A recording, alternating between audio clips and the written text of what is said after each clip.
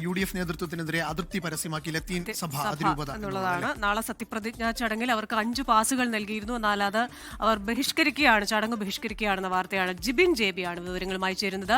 ജിബിൻ, പല കോണുകളിൽ നിന്ന് ഇങ്ങനെ അസംതൃപ്തി വരുന്നു. ലത്തീൻ സഭയുടെ ഭാഗത്ത് നാളെ ഒരു ബഹിഷ്കരണ പ്രഖ്യാപനം കൂടി വന്നിട്ടുണ്ടല്ലോ.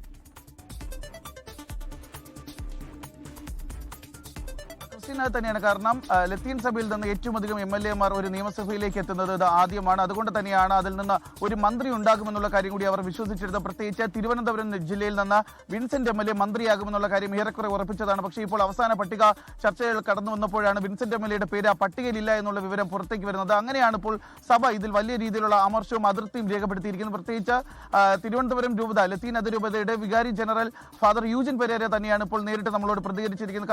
കാരണം UDF-ൽ അവർക്ക് വലിയ രീതിയിലുള്ള വിശ്വാസം ഉണ്ടായിരുന്നു. പ്രത്യേകിച്ച് കഴിഞ്ഞ മന്ത്രിസഭയ്ക്കെതിരെ വലിയ രീതിയിലുള്ള പ്രതികരണം ഇപ്പോൾ വന്നിട്ടുണ്ട്. ജിമ്മിലേക്ക് ഞങ്ങൾ തിരിച്ചു വരാം. ആ പ്രതികരണത്തിൽ ലത്തീൻ സഭ വളരെ അതൃപ്തരാണ്.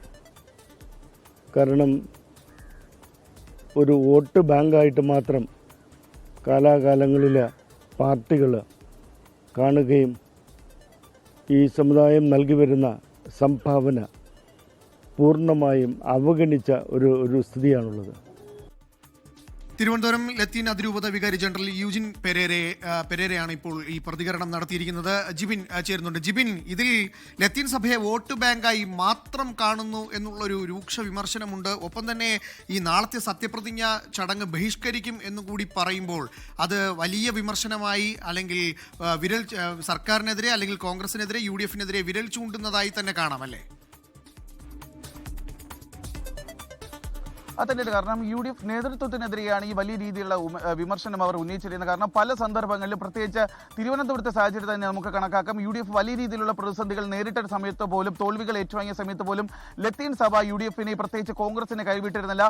കഴിഞ്ഞ നമുക്ക് പാർലമെന്റ് തെരഞ്ഞെടുപ്പ് തന്നെ നോക്കാം. കാരണം ഈ തിരുവനന്തപുരം സെൻട്രൽ മണ്ഡലത്തിന്റെ പല ഭാഗങ്ങളിലായി UDF പല സന്ദർഭങ്ങളിൽ പിന്നോട്ട് പോയപ്പോൾ ഏറ്റവും ഒടുവിൽ ശശി തരൂർ വിജയിച്ച് കയറിയത് തിരുവനന്തപുരത്തെ തീരദേശ വോട്ടുകൾ എണ്ണിയ സമയത്താണ് ശശി തരൂർ വിജയിച്ച് കയറിയത്.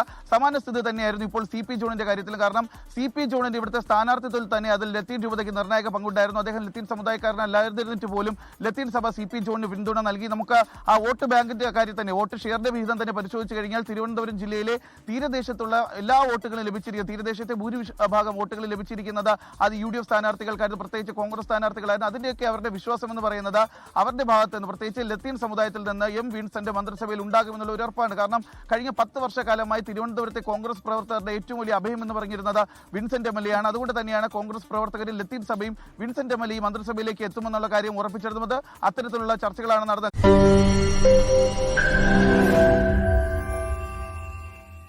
ലോകത്തെവിടെയായാലും ഏത് സമയത്തും 24 വാർത്തകളും ഓഗ്മെന്റഡ് റിയാലിറ്റി പാക്കേജുകളും എക്സ്പ്ലെയിനറുകളും വിശദമായി കാണാൻ ഞങ്ങളുടെ YouTube ചാനൽ നിങ്ങൾക്ക് സബ്സ്ക്രൈബ് ചെയ്യാം.